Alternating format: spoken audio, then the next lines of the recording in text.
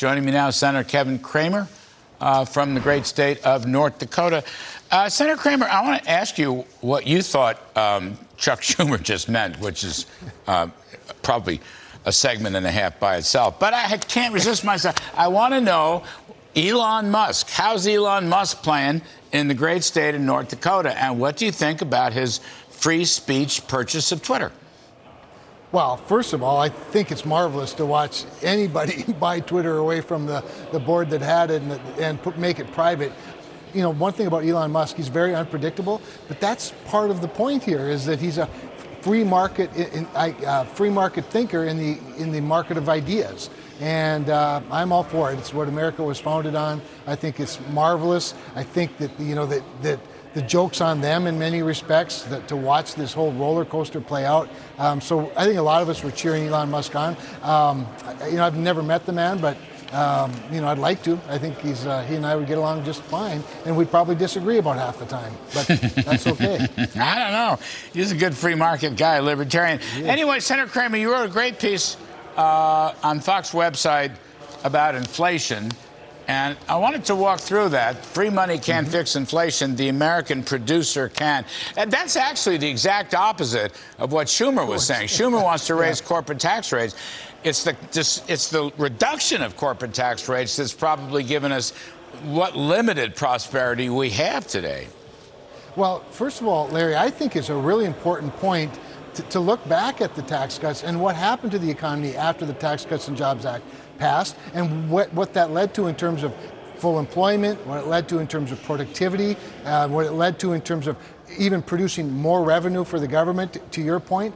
And it also, by the way, led to a foundation that allowed our economy to get through the pandemic and come out so strong and so robust and really growing at a very fast rate, which now all of a sudden, you know, they want to stifle. And it makes zero sense. As I point out in the piece, when Joe Biden became president, inflation was 1.4%. And now, of course, it's 8.5% and growing. And in rural America, it's even higher than that, which is part of the point I was making as a representative from a rural state. How do you you met with Joe Manchin, or you were in a group with Joe Manchin? Joe Manchin's another hero of mine, by the way. Yeah, I agree. Helped saving Prime America. Minister Joe Manchin, I call him. Yeah. Mr. Joe Manchin, yes, sir. But the point, I'm a little confused. He made a statement where he said there's not going to be any Build Back Better. That's done. I mean, he said that on this show. He's not going to go back on his spending. No. But he is trying to negotiate some sort of compromise on oil and gas and green and something or other.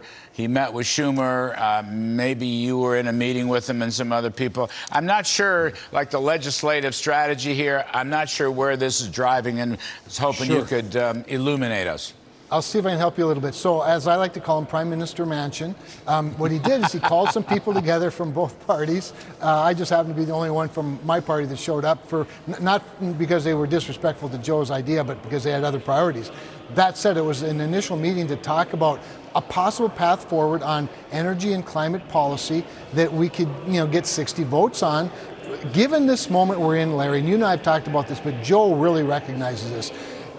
We have European allies who previously sort of shunned our energy, who are now begging for American energy. They have voluntarily cut themselves off from Vladimir Putin. They are open to the free market. We just happen to have a lot of supply in this market, and they have a lot of demand. And so it kind of gets back to my op-ed. If there's a way for us to come to this realization, this opportunity to produce more in the United States, which will bring down price, much like Donald Trump did when he was president, and be able to offer that on the global market, obviously it has national security ramifications as well as economic ramifications for our country. Joe was just looking at this door being open for us as a country, along with the inflation, and saying, hey guys, do we have an opportunity here to step through this door and do our part as an American producer that has more than anybody in the marketplace. But all these recent regulations coming out of the White House on NEPA and so forth will basically stop all that. I mean, no permits, No highways, no roads, no bridges, no tunnels, no pipelines, no nothing. I mean, that's what's coming out of the White House. So they speak with forked tongue. Even in the short run, I don't think they want any more oil and gas or pipelines to ship it or LNG terminals. Well, and as you know, the short run won't attract a lot of investment anyway. So we need to have long run opportunities for long-term investments. But what's different here is that Joe is talking to both Republicans and Democrats in the Senate and the House, but largely in the Senate, at a time when the White House is, as you said, they're putting up all of these roadblocks to production. However, there are many Democrats growing more and more uncomfortable with the intransigence of the White House's position. I stress White House because I think there's a White House and I think there's Joe Biden. I don't think the two are necessarily always on the same wavelength. So if Joe Manchin can get something put together that can get enough votes that Republicans and Democrats can agree to, then maybe he can go to his friend Joe Biden and say, Mr. President, let's set Gina McCarthy and John Kerry on the sidelines for a moment. Let's have a realistic talk about the opportunities in front of us. And I'm willing to play along as long as we can get some things that are really important, not just to North Dakota, but to national security of our great country. You know, Senator Cramer, just the last few seconds here. You told me, I don't know, a couple months ago on a Sunday show that Joe Manchin was trying to save the Democratic Party from itself. Yeah. Okay? I thought it was a great point. You got a lot of press from that, deservedly so. But you know what, Senator Cramer? I don't think anybody could save this Democratic Party from itself. It would be a really tall order. There's no question about it. And I'm not sure. I think you're right in many respects. The momentum is such. I mean, look at this most recent decision by the president to open up 20% of the available federal lands to leasing, but at the same time, he puts up all these other roadblocks to production, including Gina McCarthy going on national television saying, we didn't really mean it. We just had to do something. We have this court problem as opposed to a reality problem.